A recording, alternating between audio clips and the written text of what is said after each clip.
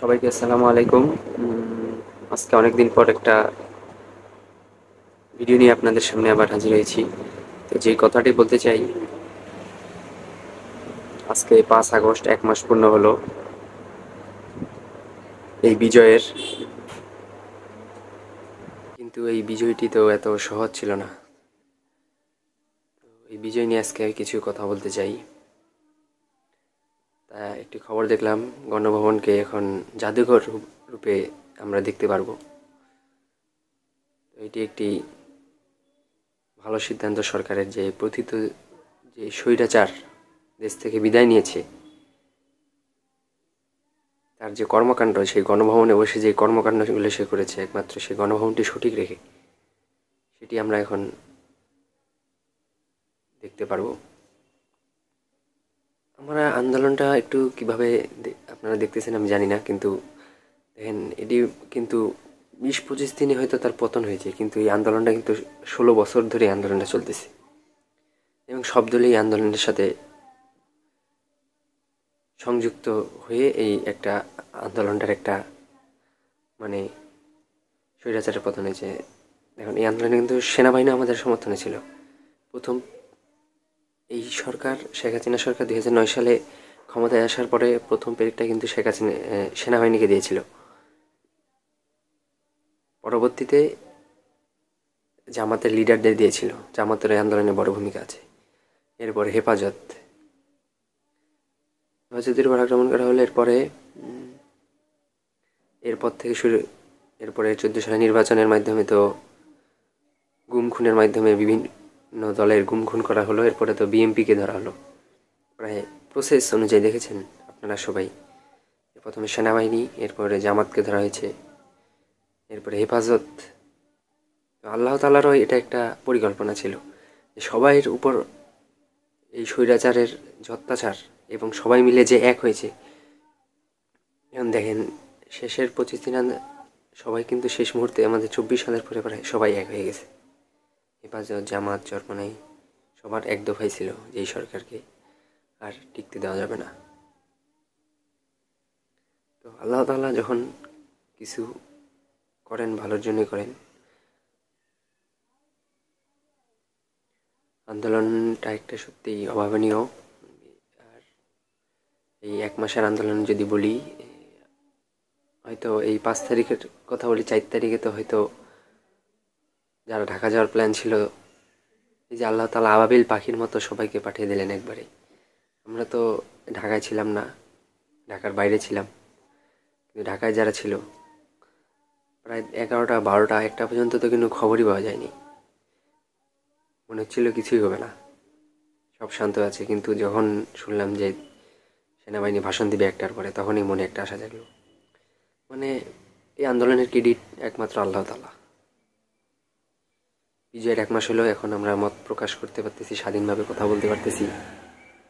সত্যি এটা বলে বোঝানো যাবে না আপনাদের যারা আছেন আর কি, যারা। এবং আমরা সবাই কিন্তু ভুক্তভোগী এই স্বৈরাচারী সরকারের, এটা বুঝতে হবে। এবং আল্লাহ তাআলা মাসলুম যখন তার শেষ বিন্দু দিয়ে আল্লাহর কাছে চান, তখন আল্লাহ সেটা কবুল করেন। তাই করা হয়েছে। যাদের কথা না বললেই নয়, শহীদ হয়েছে তো প্রায় 1000-এর উপর শহীদ হয়েছে। এবং এটি সত্যি কান্না চলে আসার মতো। বিশেষ করে এক একজনের যখন গল্পগুলো শুনি আমরা, ঢাকার যাত্রাবাড়ির একটি, তো একটা ছোট ভাই হবে এক বড় ভাইয়ের, তো এটার নিউজে যেটা দেখলাম, তো সে এমন, সে কিন্তু ইন্টারে পড়ে, ইন্টার পরীক্ষা দিত সে, সিফাত ছেলেটার নাম। তার আম্মু তাকে যেতে দিবে না আন্দোলনে, কিন্তু সে বলেছিল, তুমি যদি আজকে আমাকে না যেতে দাও, আমি ঘরের মধ্যেই লাশ হয়ে যাব। মানে কতটা, কি বলবো, আমি নিজেও আন্দোলন করেছি। প্রায় প্রতিদিনই আমার বাসা থেকে ফোন আসে, ফোন গেছে আমার কাছে, কেন তুই চলে আয়। তবুও গেছে যে আমাদের ভাইয়ের উপর গুলি চলতেছে। আল্লাহ তাআলার আল্লাহ তাআলার এটা একটা মানে পরিকল্পনা। তো যারা নিহত হয়েছে অবশ্যই তারা শহীদ হিসেবেই গণ্য হবে। আর এটা তো একটা গণহত্যা।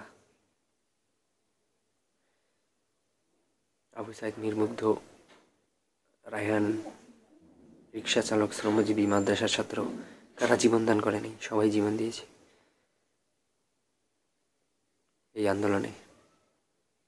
কাজেই এই 1 মাস হলো অন্তর্বর্তী সরকারের, আর কিছু অন্তর্বর্তী সরকারটা খালি বসলো এখনই। আমাদেরকে ধৈর্য করতে হবে এবং ধৈর্য ধরে থাকতে হবে। এবং স্বাধীনতা অর্জন হয়েছে, কিন্তু তাই বলে আমরা পরিপূর্ণ বিজয় লাভ করতে পারিনি। এখনও আমাদের স্বাধীনতা রক্ষা করতে হবে। স্বাধীনতা বিজয়ের থেকে স্বাধীনতা রক্ষা করা অনেক কঠিন। এই আন্দোলন জুলাই 5 তারিখ থেকে। তো প্রথমে তো কোটা দিয়ে শুরু হয়েছিল, কোটা না মেধা। মানে সে যদি ডাক দিয়ে চীন থেকে আসার পরে রাজাকার না বলে আমাদেরকে ডাক দিয়েই মেনে নিত, তাহলে কিন্তু আন্দোলন শেষ হয়ে যায়। কিন্তু আল্লাহ যখন স্বৈরাচারীর পতন দিবেন, সে পদে পদে ভুল করবে, এবং সেটি হয়েছে। যাই হোক, দিন শেষে যা হয় ভালোর জন্য হয়। কিন্তু যে শহীদ ভাইদের হচ্ছে, তাদেরকে সবসময় আমাদেরকে মনে রাখতে হবে। তাদেরকে রাষ্ট্রীয়ভাবে পদক দিতে হবে, তাদেরকে সুবিধা দিতে হবে, নাহলে এই অর্জন বৃথা যাবে। তাদের সারা জীবনের পরিবারের দায়িত্ব নিতে হবে, এই আমার আহ্বান অন্তর্বর্তী সরকারের কাছে। সবাই বিজয়ে আনন্দ উদযাপন করছেন, এই বলে সবার বিজয় উদযাপন এবং সামনে যাতে এরকম দিনগুলোই থাকে, আমরা যাতে এই বিজয় ধরে রাখতে পারি এবং স্বাধীনতা রক্ষা করে রাখতে পারি, সেই আশা করে আজকের এই পর্যন্তই। ধন্যবাদ সবাইকে।